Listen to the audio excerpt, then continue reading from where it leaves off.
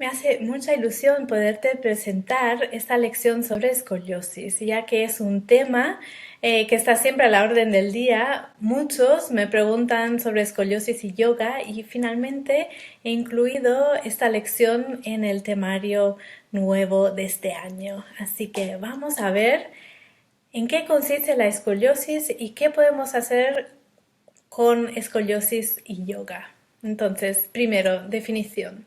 Escoliosis es una desviación lateral de la columna. Puedes ver en la ilustración de la diapositiva que cuando miramos la columna desde el frente, en un plano frontal, en el caso de escoliosis se observa una desviación lateral. En una columna sin escoliosis, cuando miras a la columna de frente en una radiografía, las vértebras están apiladas una encima de la otra y no hay desviación lateral, ¿vale? Así que escoliosis equivale a desviación lateral de la columna.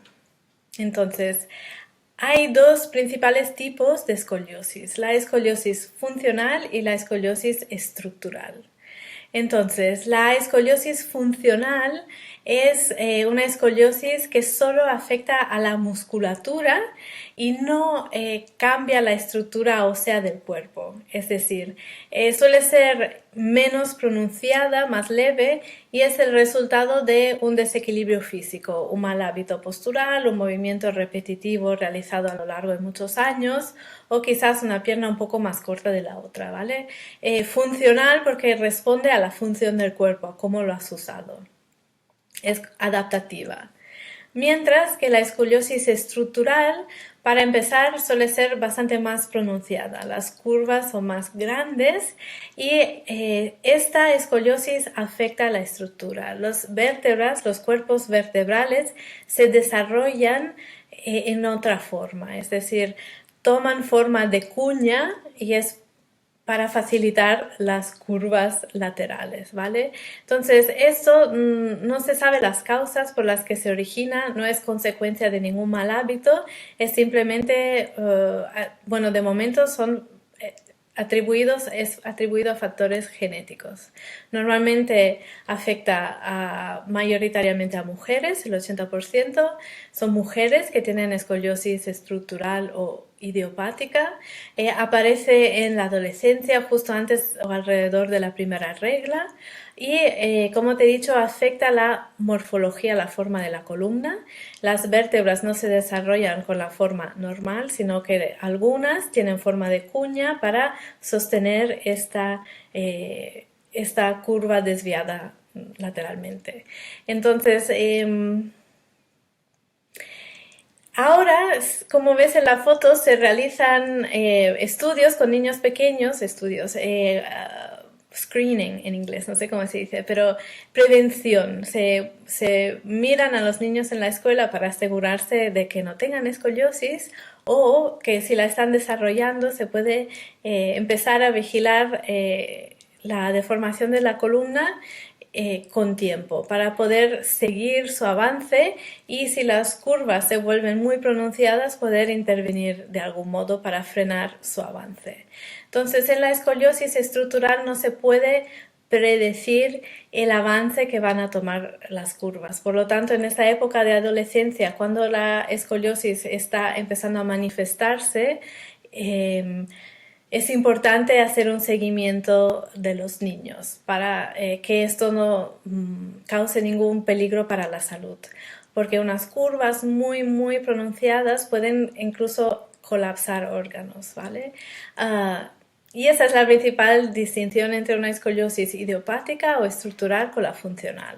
Tiene una vida propia, digamos. Se desarrolla a lo largo de la adolescencia y llega un momento en que el avance de las curvaturas se para y la espalda se estabiliza y en ese momento es cuando sabemos que la persona no está más en peligro y ya está, ¿vale?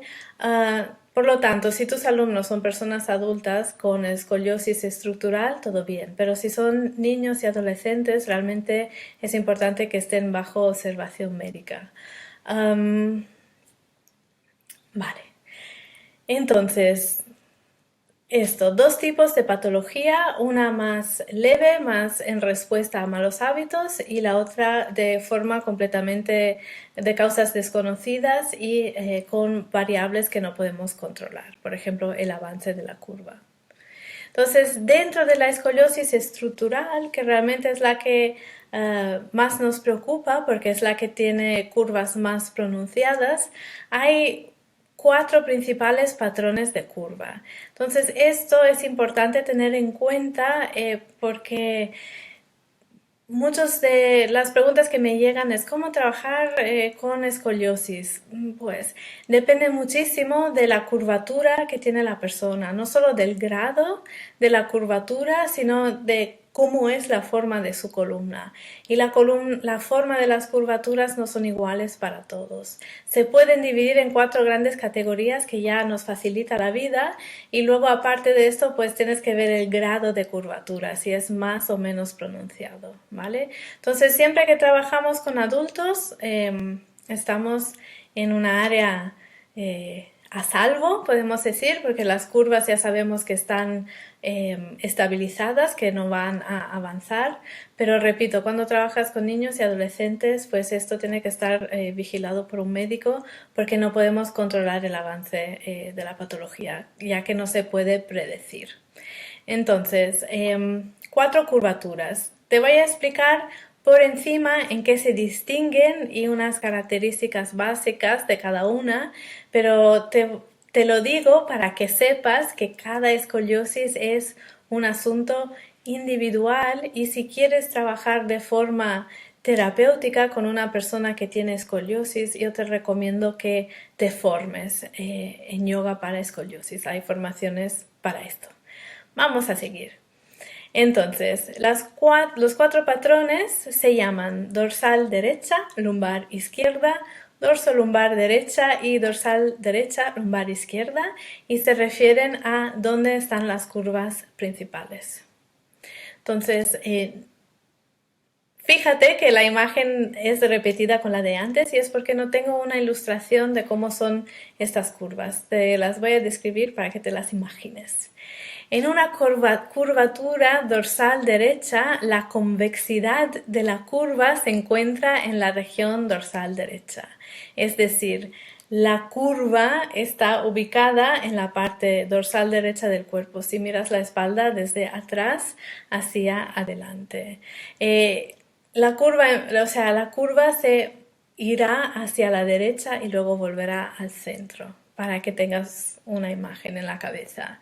Entonces, debido a esa curvatura, pues el trapecio en el lado derecho se estará más contraído, porque es simplemente el hecho de la estructura del cuerpo estar modificada, los músculos se adaptarán. Entonces el trapecio superior va a ser hipertónico, sobre todo en la parte derecha, y y en la parte contraria, es decir, en la parte izquierda inferior, el trapecio será hiperestirado, no débil, poco fuerte, demasiado alargado el músculo. Piensa que la curvatura de la columna también afecta la posición de las vértebras que rotan, por lo tanto toda la caja torácica va a estar rotada también. Es decir, hay muchos cambios estructurales que tienes que tener en cuenta si quieres trabajar de forma individual. Entonces, la lumbar izquierda significa que la principal curva de la escoliosis, en vez de estar ubicada en el lado derecho, está ubicado en la zona lumbar y a la izquierda, siempre cuando miras el cuerpo desde atrás hacia adelante, ¿vale? Entonces, la convexidad de la curva se encontrará en la zona lumbar y en la izquierda. Esto causa una rotación de la pelvis y causará una descompensación entre los músculos psoas y cuadratolumbar, es decir, en un lado el psoas estará más tónico y acortado y en el otro lado demasiado hiperestirado. Aquí habrá que trabajar todo lo posible para intentar equilibrar esto, siempre entendiendo que no vamos a cambiar la forma de la columna, vamos a aliviar la tensión muscular. Luego hay lo que se llama la curvatura dorso-lumbar derecha o la curvatura en forma de C, ¿vale? Las curvaturas anteriores, aunque parezca que solo sean una, vienen acompañadas de una curva compensatoria. Es la curva adaptativa a la curva principal de la escoliosis. En la curva de C hay dos curvas compensatorias, no una, ¿vale? Entonces una que está más encima y otra más abajo de la curva escoliótica. Y esto crea desequilibrios musculares que se reflejan tanto en los hombros como en las caderas. Después la última se llama dorsal derecha, lumbar izquierda y es un poco una combinación. En esta escoliosis hay una curvatura dorsal derecha y una lumbar izquierda, es decir, dos curvas principales. Esto es una escoliosis con forma de S porque está compuesta con dos curvas estructurales, ¿vale? Y principales. Entonces, las descompensaciones musculares causadas por estas curvas van a afectar trapecio, psoas, cuadrado, lumbar, un poco tanto hombros como caderas, ¿vale? Entonces, ¿qué pasa cuando tenemos alumnos de yoga con escoliosis? Bueno, lo primero que queremos averiguar es si es una escoliosis estructural o funcional. Y esto lo podemos saber preguntándole al alumno, desde hace cuánto tiene escoliosis, por ejemplo, y cuál es el grado, si han realizado algunos estudios, qué es lo que le dice su médico, ¿vale? Este tipo de preguntas nos hará entender si es una escoliosis funcional, una mini descompensación de la columna, o si es estructural, algo que ha desarrollado en la adolescencia, con la que convive toda la vida y con curvaturas que están medidas en grados, ¿vale? ¿Vale? Entonces, seguramente tú sabes, como yo, que las personas con escoliosis se benefician un montón de la práctica del yoga. Yo he conocido muchísimas personas que tienen la espalda muy bien gracias al yoga, aún teniendo escoliosis. Eso significa que el yoga para la escoliosis va muy bien, porque hemos visto cómo el yoga elonga mucho, estira los músculos de la espalda. Y en la escoliosis justamente se crean contracturas crónicas debidas a la forma asimétrica de la columna. Entonces, aunque con el yoga no vayamos a corregir la escoliosis, no es el propósito enderezar la columna, sí que podemos deshacer muchas de estas tensiones musculares que crean malestar, es decir, a veces crean dolor, a veces desde luego acentúan la descompensación postural debido a la escoliosis, etc. Entonces, trabajamos la musculatura, la estiramos, ayudamos a que la persona se sienta más simétrica y centrada, ¿ok? Cuando hay una persona con escoliosis en nuestra clase grupal, le vamos a proponer los mismos ejercicios que al resto de las personas, ¿vale? No hay contraindicaciones, no hay posturas de yoga que no son aptas a una persona con escoliosis. Pero lo que tenemos que tener en cuenta es que siempre tenemos que adaptarnos al nivel de práctica de la persona. A la persona con escoliosis, si es principiante, vamos a tratarlo como un alumno principiante. Si es avanzado, como un alumno avanzado. Es decir, adaptar siempre la práctica a la persona para no hacerle daño. Y después que realice los movimientos que proponemos en clase de yoga, porque al ser estiramientos globales, realmente ayudan a deshacer todas las contracturas posturales que tiene debidas a su escoliosis. Además, otra cosa que viene con el yoga es el aumento de conciencia corporal y eso ayuda a la persona a cuidar su cuerpo mejor, le ayuda a desarrollar conciencia corporal para ser más consciente de su postura, de cuándo se descompensa, de cuándo se siente mejor alineada, ¿vale? Entonces, cuando enseñamos una práctica de yoga para una persona con escoliosis, tenemos que hacer una práctica individual para esa persona y para las curvaturas que tiene, porque no es lo mismo una dorsal derecha que una lumbar izquierda, que una curva en C, si queremos enseñar un yoga terapéutico, ¿vale? Un yoga realmente enfocado a esta persona. Por lo tanto, este tipo de yoga es individual y requiere una formación especial, ¿vale? Yo personalmente me encanta el trabajo de Elise Browning Miller. A ver, aquí.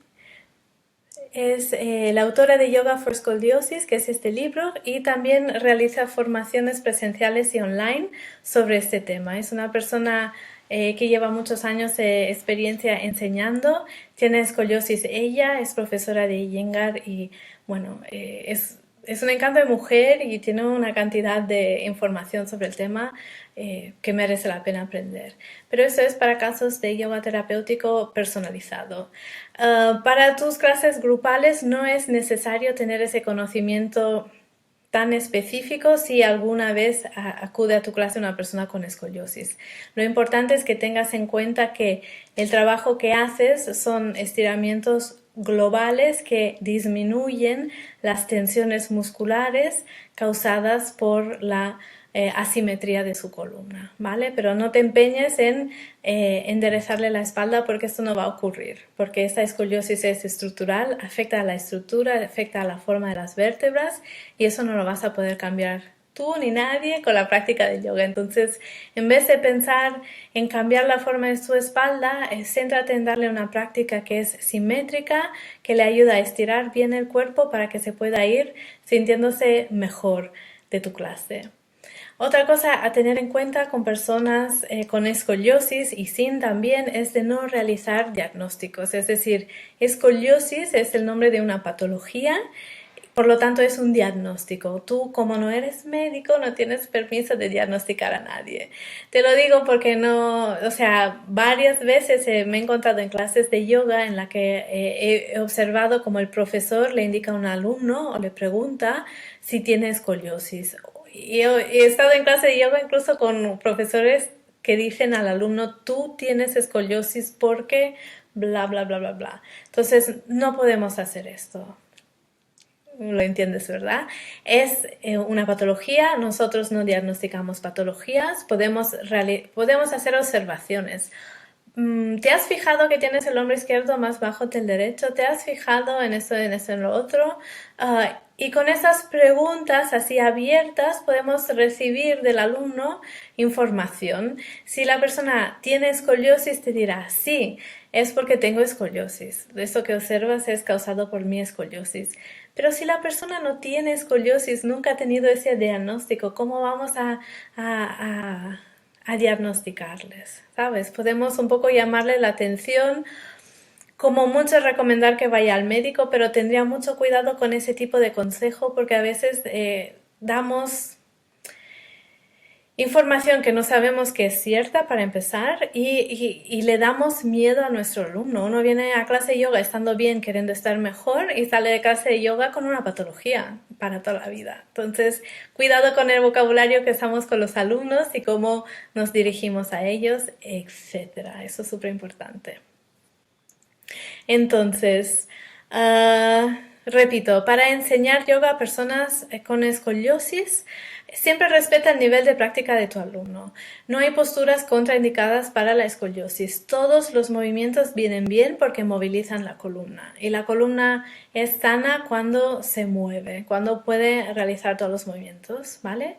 Entonces, movilizar la columna, respetar el nivel de práctica, respetar el miedo de la persona, porque hay personas con escoliosis que tienen miedo, entonces no forzarles en hacer cosas que no se sienten cómodos haciendo. Y,